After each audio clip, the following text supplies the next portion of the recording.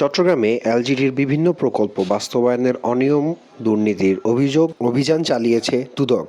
সকালে 11:30টায় নগরীর ২ নং গেইট এলাকার এলজিডি এর অফিসে দুদকের সহকারী পরিচালক রিয়াজউদ্দিনের নেতৃত্বে এই অভিযান পরিচালনা করা হয়।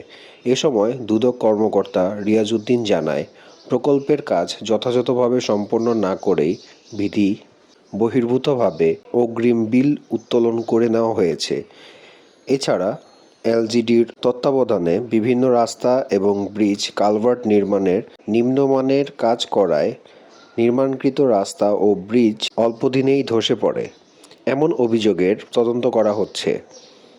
মাঠ পর্যায়ে সরেজমিনে তদন্ত করার পর প্রকল্পে দুর্নীতি হয়েছে কিনা তা উঠে আসবে। সংশ্লিষ্ট নথিপত্রে সংগ্রহ করা হয়েছে বলে জানান তিনি।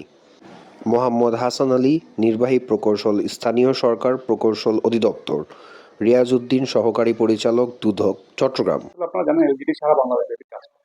এলজিডি আসলে আমাদের যে এলজিডি যে স্ট্যান্ড যে মনিটরিং সিস্টেম আসলে এই ধরনের নিম্নমানের কাজ করার কোনো সুযোগ নেই।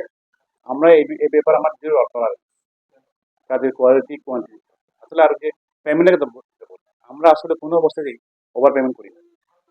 আপনি শুধু আমার ছিল না, আমি সারা বাংলাদেশে এলজিডি বলি। হ্যাঁ, এই ধরনের সুযোগ আসলে এলজিডিতে নাই। আমি জানি না আপনার অন্য কোথাও কোনো সুযোগ আছে কিনা, বাট এলজিডিতে আমি অন্তপক্ষে একটা এলজিডি একজন কর্মী হিসেবে বলতে পারবো এখানে এলজিডি একজন আমাদের যারা সহকর্মীরা কাজ করি এই ধরনের সুযোগ আসলে নাই যে আপনার আমাদের নিজেরাও তো কেউ ইচ্ছা করে কাজ করবে না, আর আমাদের যে বিভিন্ন লেভেলের মনিটরিং সিস্টেম আছে সবার কিন্তু নজর থাকে আমরা কে কি করছি। তো ওনারা আসছে, আপনার সাধুবাদ, ওনারা যে আপনাদের আমাদের কাজগুলো দেখে গেলেন, আমাদের কাজগুলো দেখে গেলেন, এটা আমি বলবো যে এটা খুবই ভালো কাজ। ওনারাও ওনাদের দায়িত্ব ঠিক মতো পালন করছেন, আমরাও চেষ্টা করি সবাই মিলে চাই যে ভালো কাজ হয়। প্রতিবেদক পারভেজ মনিরুল, চট্টগ্রাম প্রতিনিধি, ডেইলি প্রেজেন্ট টাইমস।